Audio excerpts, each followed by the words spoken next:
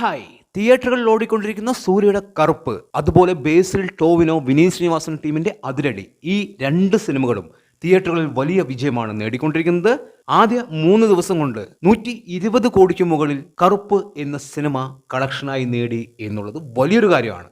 സൂര്യയുടെ സിനിമാ ജീവിതത്തിലെ ഏറ്റവും വലിയ വിജയം എന്നാണ് കറുപ്പിനെ കുറിച്ച് എല്ലാവരും പറഞ്ഞുകൊണ്ടിരിക്കുന്നത്. ഏറ്റവും കൂടുതൽ കളക്ഷൻ നേടിയ സിനിമയും കറുപ്പ് തന്നെയാണ്. ഇന്നും ബുക്ക് മൈ ഷോയിൽ മണിക്കൂറിൽ 15,000-നടുത്ത ടിക്കറ്റുകൾ ഓരോ മണിക്കൂറിലും വിൽക്കുന്നുണ്ട് കറുപ്പ് എന്ന സിനിമയ്ക്ക്. അതുപോലെ അതിരടി എന്ന സിനിമ ഇന്നത്തോടുകൂടി 50 കോടി എന്ന നേട്ടം സ്വന്തമാക്കും എന്ന് ഉറപ്പായി കഴിഞ്ഞു. ആദ്യ 4 ദിവസവും മികച്ച കളക്ഷനും മികച്ച ബുക്കിങ്ങും നേടിയെടുത്ത സിനിമ ഇന്ന് 4,000-5,000 റേഞ്ചിൽ മണിക്കൂറിൽ ടിക്കറ്റ് വിൽക്കുന്നുണ്ട്.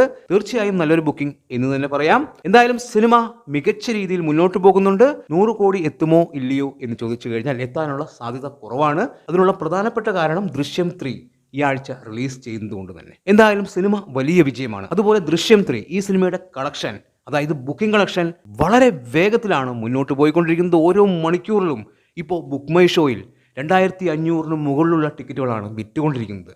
ഇനിയും സിനിമ റിലീസ് ചെയ്യാൻ 3 ദിവസങ്ങൾ ബാക്കി. അപ്പോഴാണ് മണിക്കൂറിൽ 2,500-ന് മുകളിലുള്ള ടിക്കറ്റുകൾ വിറ്റുകൊണ്ടിരിക്കുന്നത്. നാളെ മുതൽ എല്ലാ സ്ഥലങ്ങളിലെയും ബുക്കിംഗ് ഓപ്പൺ ആവും.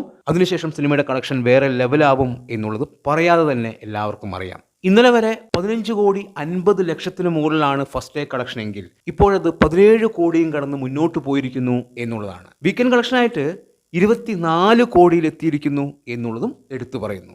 എന്തായാലും ദൃശ്യം 3 റിലീസിന് മുന്നോടിയായി തന്നെ 30 കോടിക്ക് മുകളിലുള്ള first day worldwide presale നേടിയെടുക്കും എന്നുള്ളത് ഉറപ്പായിട്ടുള്ള കാര്യമാണ്. എന്തായാലും കാത്തിരിക്കാം മലയാള സിനിമയിലെ ഏറ്റവും വലിയ വിജയചിത്രം മെയ് 21-ന് പിറക്കുന്നതിനായിട്ട്. എന്താണ് നിങ്ങളുടെ അഭിപ്രായമെന്ന് കമന്റ് ബോക്സിൽ കമന്റ് ചെയ്യുക. വീഡിയോ ഇഷ്ടമായാൽ ചാനൽ സബ്സ്ക്രൈബ് ചെയ്യുക. പുതിയൊരു വീഡിയോയുമായി കാണുന്നതുവരെ ബൈ.